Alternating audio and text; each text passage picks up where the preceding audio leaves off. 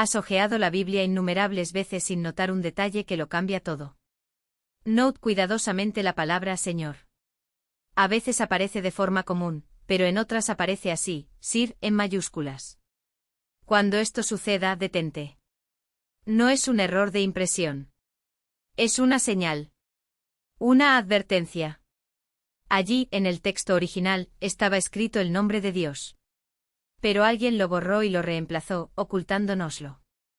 Y esa es solo la punta del misterio. Yahweh Jehová Señor, Padre, Abba, Elohim, El Shaddai. La Biblia está llena de títulos. ¿Cuál es la forma correcta de llamar a Dios? Una secuencia de decisiones humanas, nacidas del miedo y la tradición, crearon una de las mayores confusiones de toda la Escritura. Sin embargo, hay un solo momento en el que Dios rompe el silencio sobre este asunto. Un momento en el que él mismo se detiene y explica el significado de su propio nombre. Imagina un mundo lleno de dioses. Eso fue Egipto. El lugar donde Israel vivió como esclavo durante 400 años. Saber el nombre de un dios no era mera curiosidad. Fue un intento de dominarlo. En las leyendas egipcias, la diosa Isis engaña al poderoso Ra para que revele su nombre secreto, y así toma el control de su poder. Este era el mundo de Moisés. Esta era la mentalidad de su pueblo. Moisés pasó de ser un príncipe de Egipto a un simple pastor en el desierto. Hasta que en medio de la nada, sucede algo imposible. Una zarza arde pero no se consume. Las hojas no se convierten en cenizas, las ramas no se rompen. Es un fuego que ilumina, pero no destruye. Moisés se cubre la cara. Sabe que no se enfrenta a otro dios egipcio. Dios te da una misión imposible, liberar a su pueblo. Y ahí es donde comienza el verdadero problema. Moisés, con su mente moldeada por Egipto, sabía que necesitaría credenciales. Ya me anticipé a la primera pregunta de los hebreos, escépticos y agotados por el sufrimiento. Entonces le pregunta a Dios, si voy a los israelitas y les digo que el Dios de sus padres me envió, y me preguntan, ¿cómo se llama?, ¿qué debo responder? Moisés esperaba un nombre de poder, al estilo egipcio. Algo así como destructor de ejércitos, o señor del Nilo. Un título funcional, que impresionaría al faraón y convencería a su propio pueblo. Los patriarcas lo conocían como el Shaddai, el Dios Todopoderoso. Pero como afirma más tarde el propio Éxodo, a Abraham, Isaac y Jacob, no me he revelado por mi nombre, YHWH. Este fue un momento histórico. La primera vez que Dios explicó el significado de su nombre. Pero la respuesta de Dios destrozó todas las expectativas. Le dijo a Moisés, Ella Aschereyá. La traducción más común es, yo soy el que soy. Lo más sorprendente es que esta respuesta es un acertijo. Moisés quería control y Dios respondió con existencia pura. Ni un título ni un papel. Simplemente yo soy. ¿Qué significa eso? ¿Cómo podía presentarse ante el faraón y su pueblo con lo que parecía un enigma filosófico?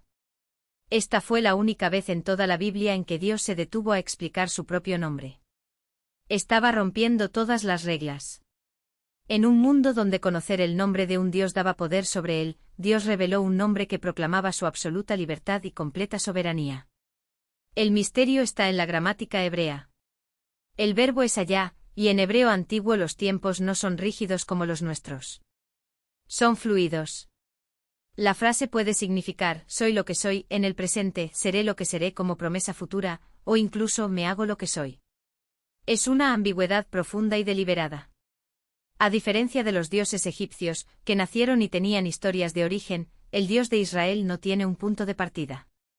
Él es su propia causa. Pero la revelación no termina ahí. Dios le dio a Moisés una instrucción crucial para que el pueblo pudiera relacionarse con él. Él dijo, esto es lo que diréis a los israelitas, YHWH, el Dios de vuestros padres, me ha enviado a vosotros. Este será mi nombre para siempre. Presta atención al cambio. Dios se presenta como ella, yo soy. Pero le dice a Moisés que el pueblo debería llamarlo YHWH, que se traduce como Él es. Es el mismo verbo, solo que en tercera persona. Y esto es profundamente revelador. Es como si Dios dijera, mi propia experiencia de mí mismo es yo soy. Pero tú, desde la perspectiva humana, me conocerás como Él es. El nombre mismo traza la línea sagrada entre el Creador y la criatura. Fuiste hecho, Él simplemente lo es. Dependes del aire, de la comida, del tiempo, Él no depende de nada. Con ese nombre todo cambió. Los dioses egipcios tuvieron padres, nacieron y murieron. Pero YHWH no lo hace. Él simplemente lo es. Él no es el Dios de algo. Él es el Dios que es. La realidad fundamental sobre la que descansa todo lo demás. Moisés pidió poder. Dios reveló su nombre, pero un nombre intocable. Un nombre que revela y oculta al mismo tiempo. Una paradoja perfecta. No lo manipulas. Lo adoras. Por extrema reverencia, los judíos dejaron de pronunciar el nombre sagrado durante siglos, reemplazándolo por Adonai, que significa Señor. El nombre se ha vuelto inefable, un misterio tan santo que, por tradición, nadie lo ha pronunciado en voz alta durante más de 2000 años. Pero la historia tiene un último desarrollo, unos 1500 años después. Un carpintero de Nazaret discute con los líderes religiosos de su tiempo. En un momento tenso, exigen saber quién cree que es. Y Jesús lanza la bomba: de cierto os digo, antes que Abraham existiera, yo soy. No dijo yo era. Dijo yo soy. En griego egoeimi, traducción exacta del hebreo ella de la zarza ardiente. Los líderes religiosos comprendieron la referencia de inmediato. Sabían que estaba usando las mismas palabras que escuchó Moisés. La reacción fue inmediata. Recogieron piedras para matarlo allí mismo. ¿Por qué? No porque se presentara como un buen maestro, sino porque acababa de reclamar para sí el nombre inefable de Dios. Hay una pista sobre el verdadero nombre de Dios que la mayoría de la gente ha pasado por alto. Escondido a plena vista, en tu propia Biblia. La próxima vez que lo abras, presta atención a este detalle. ¿Alguna vez has notado que a veces la palabra Señor aparece normalmente y otras veces aparece como Señor, en letras mayúsculas? No es un error. Es un código. Un código que dice atención. En el hebreo original no estaba escrito Señor. El verdadero nombre personal de Dios estaba aquí, pero fue reemplazado por una decisión humana. No estás leyendo la palabra exacta que escribió Moisés. Estás viendo el resultado de un antiguo sistema de seguridad. Todo empezó con un mandamiento. En Éxodo 20 Dios le da a Israel un mandato claro: no tomarás el nombre de YHWH tu Dios en vano. Mire atentamente el mandamiento. Prohíbe utilizar el nombre con fines malignos, falsos juramentos, rituales mágicos o de manera frívola e irreverente. Pero en ninguna parte dice que nunca lo digas. De hecho, Dios ya había dicho: este es mi nombre para siempre. Seré llamado por todas las generaciones. Dios quería ser conocido e invocado por su nombre. Aún así, los antiguos sabios judíos sintieron asombro. Como las escrituras se leían en voz alta en las sinagogas, se corría el riesgo de que alguien pronunciara el nombre sagrado incorrectamente o sin la debida santidad. Entonces tomaron una decisión drástica. Cada vez que veían las 4 letras sagradas, los eruditos de la época no tenían acceso a las tradiciones orales que los rabinos judíos habían conservado durante siglos. Para él, aquellas letras con sus signos vocálicos no eran un código, sino la pronunciación exacta del nombre sagrado. Sin dudarlo, leyó las consonantes YHWH combinadas con las vocales AOA de Adonai, y así apareció Jehová, palabra que nunca existió en el idioma hebreo, pero que por un accidente histórico se extendió por todo el mundo cristiano como si fuera el verdadero nombre de Dios. El error fue tan profundo que durante siglos nadie lo cuestionó. Se tradujeron Biblias, se compusieron himnos y se elevaron oraciones a Jehová como si fueran la forma correcta. Incluso grandes teólogos y reformadores como Martín Lutero adoptaron el término sin darse cuenta de que estaban repitiendo un error. Pero aquí está el detalle fascinante: Jehová no es solo una mala pronunciación, es una imposibilidad lingüística. En hebreo bíblico, las consonantes YHWH nunca podrían combinarse con esas vocales específicas. Es como intentar encajar piezas de un rompecabezas que no pertenecen al mismo juego. Entonces, ¿cuál sería la pronunciación correcta? Lo cierto es que tras siglos de silencio, nadie puede afirmarlo con absoluta certeza. Sin embargo, eruditos y lingüistas han reconstruido el nombre basándose en evidencia histórica y filológica.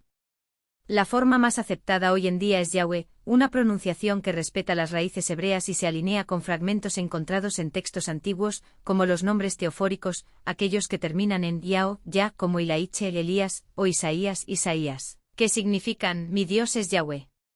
Incluso el nombre Jesús en hebreo Yeshua lleva esta herencia, ya que significa «Yahvé es salvación». Pero, ¿por qué importa esto? ¿Por qué deberíamos preocuparnos por la pronunciación de un nombre que ha estado olvidado durante tanto tiempo? Porque el nombre no es solo una etiqueta, es una revelación. Cuando Dios le dijo a Moisés, «Yo soy el que soy», no solo se estaba identificando a sí mismo, era una invitación a la intimidad. Un nombre conlleva poder, propósito y presencia. A lo largo de las Escrituras, vemos a Dios actuando en nombre de su pueblo, respondiendo cuando se le llama y revelándose cuando se le llama. El nombre Yahweh no es una palabra mágica, pero es un símbolo del pacto, la promesa de que Él está presente, que Él oye, que Él actúa. Y he aquí la paradoja más profunda, el nombre que fue silenciado por miedo acabó siendo redescubierto por la gracia. No es casualidad que la Iglesia primitiva, compuesta en su mayoría por judíos, siguiera usando Kyrios, Señor, en griego, siguiendo la tradición oral. Pero el Nuevo Testamento también nos da pistas preciosas. En Filipenses 2:11 Pablo escribe que toda lengua confiese que Jesucristo es Kyrios, una referencia directa al nombre sagrado. Y en Apocalipsis 19:6 la multitud celestial clama Aleluya, que significa alabado sea Yah, la forma corta de Yahweh. Hoy tenemos la oportunidad de rescatar algo que se perdió no por desobediencia, sino por exceso de celo. En cualquier caso, no se trata de pronunciar el nombre, sino de reconocer que Dios no es un ser lejano, escondido detrás de títulos impersonales. Él es Yahvé, el Dios que se revela, que camina junto a su pueblo, que escucha el clamor de quienes lo invocan. Y cuando entendemos esto, incluso la forma en que leemos la Biblia cambia. Versos que antes parecían confusos ganan claridad. Las promesas que parecían genéricas se vuelven personales. Porque un nombre no es solo una palabra, es una invitación a conocer, a confiar, a vivir en alianza. Así que la próxima vez que veas Señor en letras mayúsculas en tu Biblia, recuerda, detrás de ese código tipográfico está el nombre que Dios eligió para sí mismo. Un nombre que fue susurrado en el desierto, cantado en salmos, gritado en las batallas y finalmente silenciado durante siglos. Pero un nombre que nunca dejó de ser cierto. Y ahora, más que nunca, es momento de redescubrirlo no como una fórmula, sino como un regalo. Porque al final Dios no nos dio su nombre para que lo ocultáramos, sino para que al pronunciarlo, recordáramos quién es Él, Yahvé, el Dios que es, que fue y que siempre será. Abraham, Isaac y Jacob como el Sadai, pero por mi nombre Yahweh no me di a conocer a ellos. ¿Cómo esto? Si Génesis 4:26 dice que ya en los días de Enós, los hombres comenzaron a invocar el nombre de Yahweh. La respuesta no está en un error, sino en una revelación progresiva. Dios no ocultó su nombre, lo guardó para el momento adecuado. Para Abraham, Él era el Dios que provee, el Dios que ve, el Dios de la promesa. Pero para Moisés, en medio de la esclavitud y la opresión, Él necesitaba ser más que un título. Necesitaba ser una presencia viva, un yo soy, que no solo existía, sino que actuaba, que liberaba, que se daba a conocer en el fuego de la zarza y en el viento del desierto. Y he aquí el detalle que lo cambia todo, el nombre Yahvé no es solo una palabra. Es un verbo. Un verbo hebreo ayá que significa ser, existir, suceder. Cuando Dios le dice a Moisés, yo soy el que soy, no está dando una definición filosófica. Es declarar, yo soy el que está presente, el que actúa, el que se revela en el ahora. No es un nombre estático sino dinámico, un nombre que palpita con la vida misma de Dios. Y esa es la diferencia entre llamar a alguien doctor y llamarlo por su nombre. Un título puede ser usado por muchos, pero un nombre pertenece solo a uno. Pero entonces, ¿por qué los escribas judíos, los masoretas, tan celosos de preservar cada detalle de las Escrituras, decidieron ocultar este nombre? La respuesta está en el corazón mismo de la reverencia. Para ellos, el nombre de Yahvé era demasiado sagrado para pronunciarlo a la ligera. Era como sostener un rayo en tus manos, algo tan poderoso que podía consumir a cualquiera que lo tocara sin preparación. Entonces crearon un sistema, las consonantes de YHWH permanecerían intactas, pero las vocales de Adonai, Señor, se insertarían como recordatorio. Cuando veáis estas letras, no leáis a Yahweh. Leed a Adonai. Fue un acto de protección, no de traición. Pero como toda buena intención, esta precaución tuvo un efecto inesperado. Los eruditos que vinieron después sin el contexto de la tradición oral, leyeron las consonantes y las vocales juntas, y así nació Jehová. Y aquí surge la pregunta que pocos se atreven a hacer: si incluso los títulos que usamos para Dios son compartidos con otras religiones, ¿cómo podemos estar seguros de que nos estamos dirigiendo al Dios correcto? Después de todo, en Canaán se invocaba al Dios Altísimo, Señor de los ejércitos, resonaba en los templos babilónicos y Creador, era un epíteto común entre los egipcios. Pero Yahvé, este nombre no pertenece a nadie más. Es exclusivo como una firma divina en el universo. No es una etiqueta genérica, sino una marca de pacto. Cuando David clamó Yahvé es mi pastor, no estaba recitando una doctrina. Estaba declarando una relación. Cuando los profetas anunciaron así dice Yahweh, no fue una teoría teológica, fue una palabra viva, directa y personal. Y esto nos lleva a un punto crucial: la diferencia entre conocer a Dios y conocer a Dios. Puedes memorizar cada título, estudiar cada teología, memorizar cada versículo y aún así nunca escuchar su voz. Porque los títulos son como las señales de tráfico, te indican la dirección, pero no hacen el viaje por ti. El nombre, sin embargo, es el camino. Es la invitación a caminar juntos, a experimentar, a ser transformados. Cuando Moisés preguntó ¿cómo te llamas?, no estaba pidiendo una tarjeta de presentación. Estaba pidiendo permiso para entrar en la historia de Dios. Y la respuesta que recibió no fue una definición, sino una invitación: yo soy el que está con vosotros. Entonces, ¿por qué insistir en un nombre que muchos consideran perdido o irrelevante? Porque los nombres tienen poder. Abren puertas, rompen cadenas, restauran identidades. Cuando Jesús dijo yo soy el camino, la verdad y la vida, no estaba usando una metáfora vacía. Estaba haciendo eco del mismo yo soy, que ardía en la zarza ardiente. Cuando los primeros cristianos gritaron Maranata, ven, Señor. No fue un grito genérico. Fue una llamada personal, cargada de la misma urgencia con la que los hebreos invocaban a Yahvé en el desierto. Y hoy, cuando pronunciamos este nombre, no estamos recitando una fórmula antigua.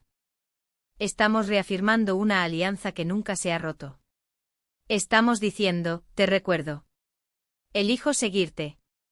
Confío en quien eres, no en quien otros dicen que eres. Porque al fin y al cabo, el nombre de Dios no es una reliquia del pasado.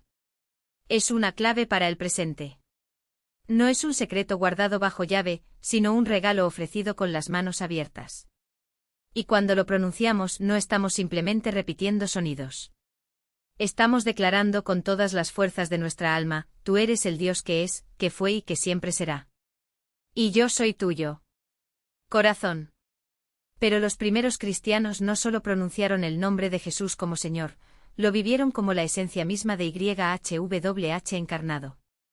No fue una mera sustitución de términos, sino una revolución en la comprensión de Dios. Donde antes solo existía el nombre inefable, ahora había un rostro. Donde antes solo había la voz del fuego, ahora había manos que tocaban a los leprosos y ojos que lloraban ante la tumba de un amigo. Y aquí está el punto que lo cambia todo: cuando Pablo, Pedro y Juan llaman a Jesús Señor, no están simplemente repitiendo una fórmula religiosa.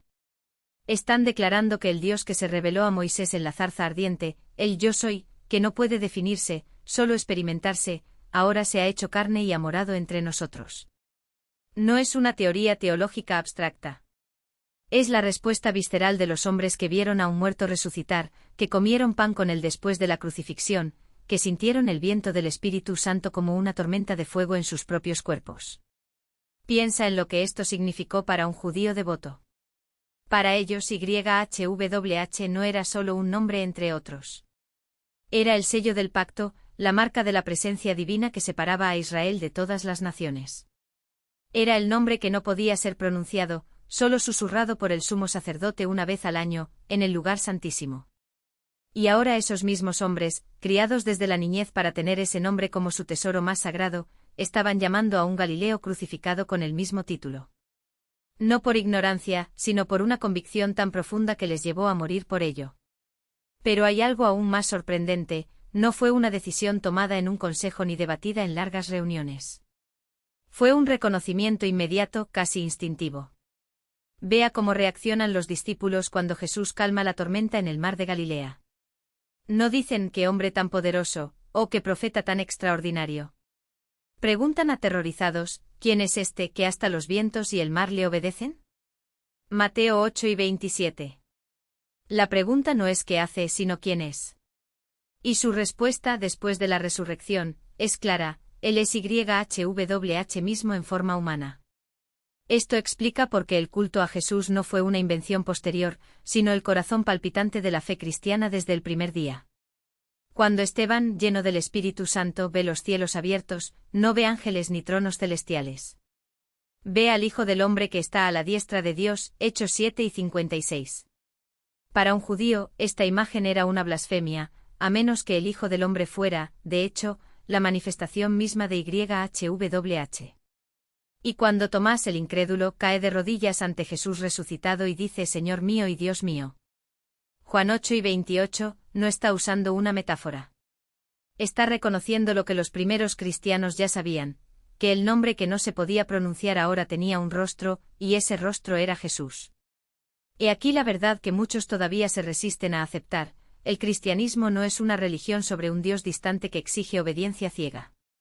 Es la invitación a conocer, amar y seguir a aquel que es la definición misma de la existencia YHWH, y que por amor, eligió revelarse no como un concepto sino como una persona. No como un poder abstracto sino como un amigo que camina a nuestro lado. No como un juez impersonal, sino como un padre que corre al encuentro del hijo pródigo. Y esto nos lleva a una pregunta inevitable: si los primeros cristianos estaban dispuestos a morir por esta verdad, ¿qué nos impide vivirla con la misma pasión? Si reconocieron en Jesús la plenitud del nombre que no podía pronunciarse, ¿por qué hoy lo reducimos tan a menudo a un mero símbolo o a una idea filosófica? El nombre no es una doctrina. Es una cita. No es una teoría. Es una persona. Y esa persona te está llamando, no a una religión, sino a una relación. No por un sistema de creencias, sino por una vida transformada. Así que cuando escuches a alguien decir Jesús es el Señor, recuerda, no es una frase bonita. Es una declaración de guerra contra todas las mentiras que intentan convencernos de que Dios es pequeño, lejano o indiferente. Es el grito de quienes descubrieron que el Dios que creó el universo no solo conoce su nombre, sino que eligió llevar su carga. Y es la invitación más radical que jamás se haya hecho: ven y verás. Porque al final, el nombre no es algo que pronunciamos. Es alguien quien nos encuentra. Y cuando lo hace, nada permanece igual. Reverencia con superstición y adoración genuina con un ritual de palabras perfectas. Pero la Biblia nos muestra un Dios que no se deja aprisionar por fórmulas. Él no es un código que hay que descifrar, sino un Padre que se revela. Cuando Moisés en el monte Sinaí pide ver la gloria de Dios, el Señor responde: haré pasar delante de ti todos mis bienes, y proclamaré delante de ti el nombre del Señor, Éxodo 33,19. ¿Y qué pasa? Dios no recita una secuencia de letras. Él declara: Jehová, Jehová, Dios compasivo y misericordioso, lento para la ira, y grande en amor y fidelidad, Éxodo 34:6. El nombre aquí no es un sonido sagrado, sino una revelación de carácter. Es como si Dios dijera: ¿quieres saber mi nombre? Entonces sabes quién soy. Y eso es exactamente lo que hace Jesús. Cuando los discípulos preguntan: Señor, muéstranos al Padre, Él responde: el que me ha visto a mí, ha visto al Padre. Juan 14:8-9. No se mencionan las sílabas hebreas ni las pronunciaciones exactas. Hay una persona. Una presencia. Una cara. El nombre en el Nuevo Testamento no es un amuleto sino una persona a conocer. Cuando Pablo escribe a los filipenses y dice que en el nombre de Jesús se doble toda rodilla, Filipenses 2:10, no está hablando de un sonido, sino de una autoridad. El nombre es poder porque es una persona. Y esta persona no requiere que usted pronuncie bien para escucharlo. Exige que te doblegues. Entonces, ¿por qué esta obsesión por las letras? ¿Por qué convertir la fe en un juego de sílabas, como si Dios fuera un genio en una lámpara que solo responde si dices las palabras adecuadas? La respuesta está en el miedo. Temor de que si no acertamos en los detalles, Dios nos rechazará. Temor de que la salvación sea frágil y dependa de nuestra precisión más que de la gracia. Pero la gracia no es un contrato con cláusulas ocultas. Es una invitación. Venid a mí todos los que estáis trabajados y cargados, y yo os haré descansar. Mateo 11 y 28. No hay asteriscos ni letras minúsculas en el pie de página. No hay una lista de pronunciaciones aceptables. Hay una llamada, ven. Y he aquí la ironía más dolorosa: quienes más defienden la pronunciación exacta del nombre suelen ser quienes menos la viven. Hablan de Yahvé con sus labios, pero niegan su carácter con sus acciones. Citan a Yahushua como un mantre, pero tratan a sus hermanos con desprecio. Olvidan que el mismo Dios que dijo, «Este es mi nombre para siempre», también dijo, «Amarás a tu prójimo como a ti mismo», Levítico 7 y 18. Y Jesús lo dejó claro: «En esto todos conocerán que sois mis discípulos, si se aman los unos a los otros». Juan 1 y 35. No existe ninguna sílaba hebrea que pueda reemplazarla. La verdad es que el nombre de Dios no fue dado para ser una prueba de ortografía espiritual, sino una invitación a la relación. Cuando David clamó: «Oh Señor, Señor nuestro, cuán majestuoso es tu nombre en toda la tierra». Salmo 8, 1, estaba recitando un código. Estaba asombrado. Cuando los primeros cristianos fueron arrojados a los leones gritando, «Jesús es el Señor», no les preocupaba la pronunciación griega o hebrea. Estaban declarando una verdad que los sostuvo hasta la muerte, que ese nombre era vida, esperanza, victoria. Entonces, si alguna vez te has sentido presionado a pronunciar el nombre de Dios de una manera específica para ser aceptado, recuerda, el Dios que escuchó a Agar en el desierto no exige perfección fonética. El Dios que se reveló a Moisés no se esconde detrás de un laberinto de letras. El Dios que envió a Jesús no está esperando que usted apruebe una prueba de pronunciación para salvarlo.